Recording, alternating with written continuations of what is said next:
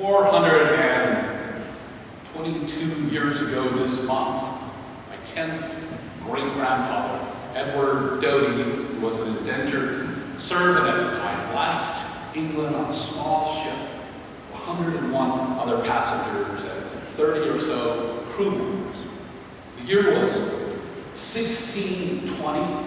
The destination was the northern part of the colony of Virginia, and the crowded little ship was called Mayflower, famously landed north of Virginia in what's now called the state of Massachusetts. And about half the passengers aboard that famous ship were from a branch of Puritans that had illegally separated from the Church of England. And today we call those separatist Puritans pilgrims. They, however, called themselves saints, but were infamously known throughout England as separatists. The other half of the passengers on the Mayflower were mostly non-separatist Puritans and support workers and servants like my great-grandfather. These folks were brought along to help start a Christian settlement. And the saints referred to these other folks as strangers. And having been blown off course and after first landing on Cape Cod, those Christians ended up starting their now famous Congregational Christian community in nearby Plymouth, Massachusetts. Mount Vernon First Congregational Church is a direct descendant from that Christian community. And there's a sense of honor in our culture to that. Descending from a Mayflower passenger also provides a sense of honor in our culture, which I find an interesting notion, since Great-Grandpa Doty was a non-pilgrim indentured servant who was sort of forced to come along, and whose other claims to fame are mostly, well, to be honest, not at all saint-like. I assume he professed to be a Christian since he was not thrown out of the community, but his conduct belies devout dedication to the ways of Christ. He was in the very first duel in New England. He stabbed the other dueler, which led to the first criminal case in New England. Good old great-grandpa that stabbed him himself, so he and his dueling partner were the very first convicts in the history of all of New England. And from then on, Edward Doty apparently continued to be a rascal. He accumulated the longest record of misbehavior by a Mayflower settler, appearing in nearly 24 court cases. And those were just records of the times he got caught, and people spent the time dragging him to court. My most famous American ancestor was a stranger and a convict and a con artist, and apparently not a nice man. In short, by all accounts, he was a scallywag. The Christian pilgrim community, this church's ancestors, appear to have treated this stranger and criminal as Jesus commands, at least the longest be treated as we would want to be treated, with love. Edward Doty was not expelled from the Christian community. He seems to have been treated well, even all these years later, despite his record of misconduct. His first comer status and signature on the Mayflower Compact had a wealthy garnered later in life by acquiring Native American lands, has him counted among the early heroes of our nation. And in fairness, half the Mayflower passengers died by the end of the first winter, and great-grandpa did not. Culturally, we sense something heroic in our European ancestors who survived crossings of treacherous seas and killer winters and diseases in order to start our first settlement. And Great-Grandpa Doty did all that. He lived to see and be a part of the very first Thanksgiving. He lived on to help firmly establish Plymouth. And I can sense heroism in that. But also, in fairness, we often let the heroic survival of the Christian pilgrims overshadow their survival. And that first Thanksgiving only came about because the local Wampanoag Indians rescued my great-grandfather and all the others. And this part we especially seem to forget. The Wampanoag them in the manner that Christ taught, with care and compassion that tended to others' well-being. They loved their neighbors, arguably their enemies, with no strings attached, just as they would have wanted to be treated. In fact, as far as I can tell, the Wampanoags were the first recorded demonstration in America of what being a good Samaritan looked like in real life. The Mayflower survivors are heroes, and surely their rescuers after that first winter are fairly considered even more heroic, especially since their experience with Europeans, most of whom claimed to be Christian up to that point, have not been positive. White diseases and violence and kidnapping and enslavement have already infringed on the Native American lives and would, of course, tragically continue to do so. The Wampanoags rescued the settlers at Plymouth, overlooked those terrible, awful infringements by white people, by Christians, and instead they focus on the well-being of the suffering people at hand, in the here and the now. Thomas Merton observed that our job is to love others without stopping to inquire whether or not they are worthy.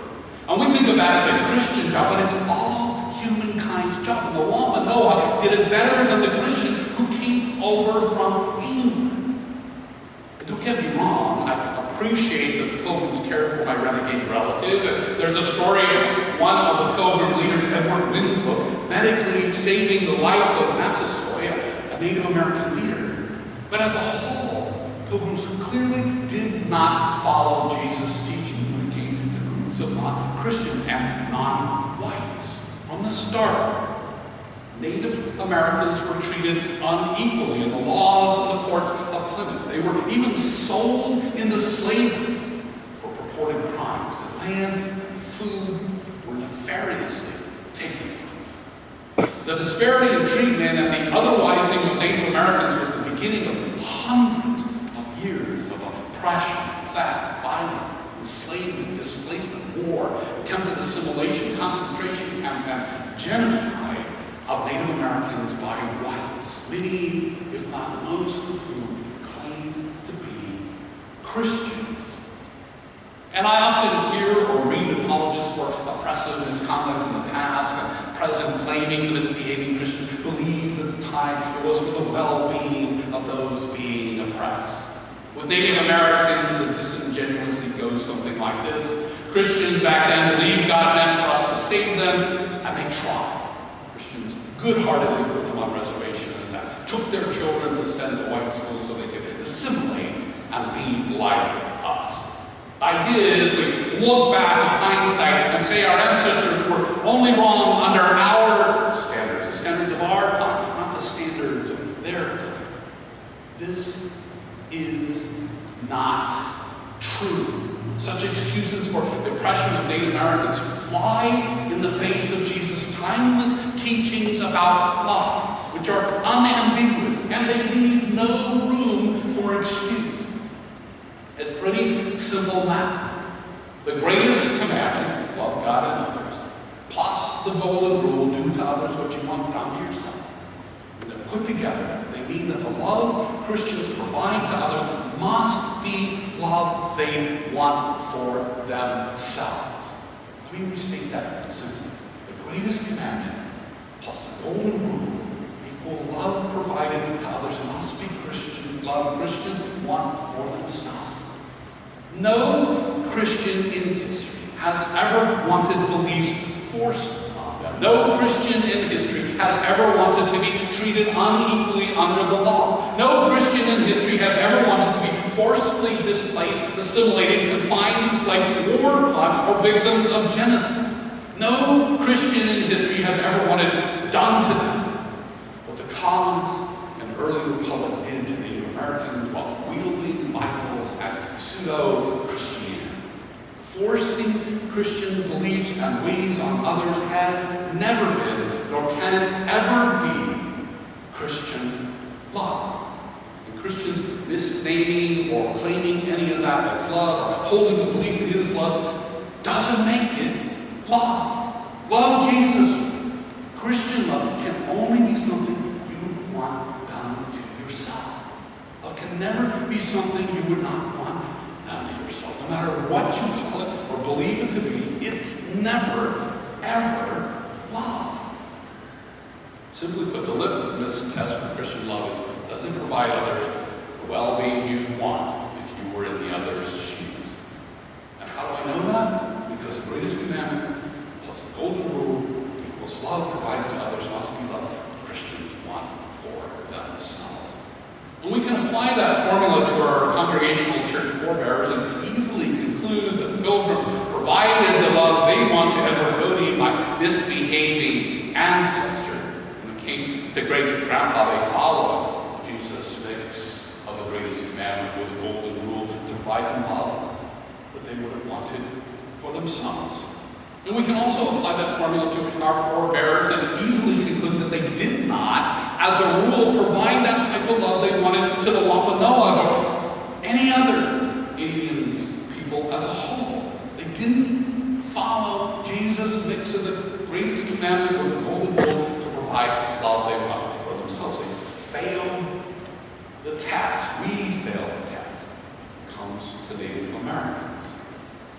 But ironically, and instructively and wonderfully, the non-Christian Wampanoag provided exactly that to the Pilgrim people their first year in America. And the result was well-being and thanksgiving so powerful, we talk about it still and have a national holiday to celebrate it in a couple of months. The Good Samaritan Wampanoag passed the test. And we can look back and see that there's no need for apologetics for them. The sure sign of failure to provide love is the existence of apologetics, or not providing well-being that you want now. What's good now was good then and always has been. The type of love Jesus taught and calls us to give does not change over time. It's immutable. The litmus test for Christian love has been and always will be, does it provide others the well-being you want if you were in the other's shoes? And to state what should be obvious, every act of oppression, things like xenophobia, sexism, racism, heterosexism, anti-Semitism, classism, and ableism, all of those isms fail the test. Taking people's land, enslaving people, treating them as unequal, not honoring their life, liberty, and pursuit of happiness, all fail the test. And they have since the day Jesus first taught the golden rule. And we can apply this to pressing matters in the news today, taking away a woman's pregnancy choices, not treating black lives and women and LGBTQ+ as mattering people, not making reparations for centuries of mistreatment of blacks, Americans, and Native Americans. They all fail the test across the board. And Christians claiming acts that lead to such things are or were acts of love are and always have been wrong. Our Christian forebearers knew, or they should have known this. Christians today know, or they should know this. Jesus set the rule out 2,000 years ago, and we've been talking about them openly just as long. The Pilgrims proved they knew how to properly love when they cared for my rogue great-grandfather. He was a stranger in more ways than one, and the Christ within him was honored. As a rule, the Pilgrims did not provide that love to Native Americans. In 1621, that first year of the Pilgrim settlement, however, Native Americans provided to the Pilgrims and saved their lives in Good Samaritan fashion. Who were the good neighbors? Our Pilgrim ancestors or the Wampanoags? Well, the Pilgrims seemed to be good neighbors when it came to individuals like Edward Godey and Massasoit. But the Wampanoag were good neighbors when it came to the whole group of people. Pilgrims. What would our nation have been like if the Pilgrims had behaved as Christians as the Wampanoags did that first year? And the two groups, whites and Native Americans, had loved their neighbor and done to each other what they had wanted done to themselves. What would our nation be like if all the diverse groups did that to one another today? be done on earth as it is in heaven. There would be peace and goodwill to all. It's certainly good to provide love to individuals. It's even better to provide it to everyone in need of it. And we learn to do both.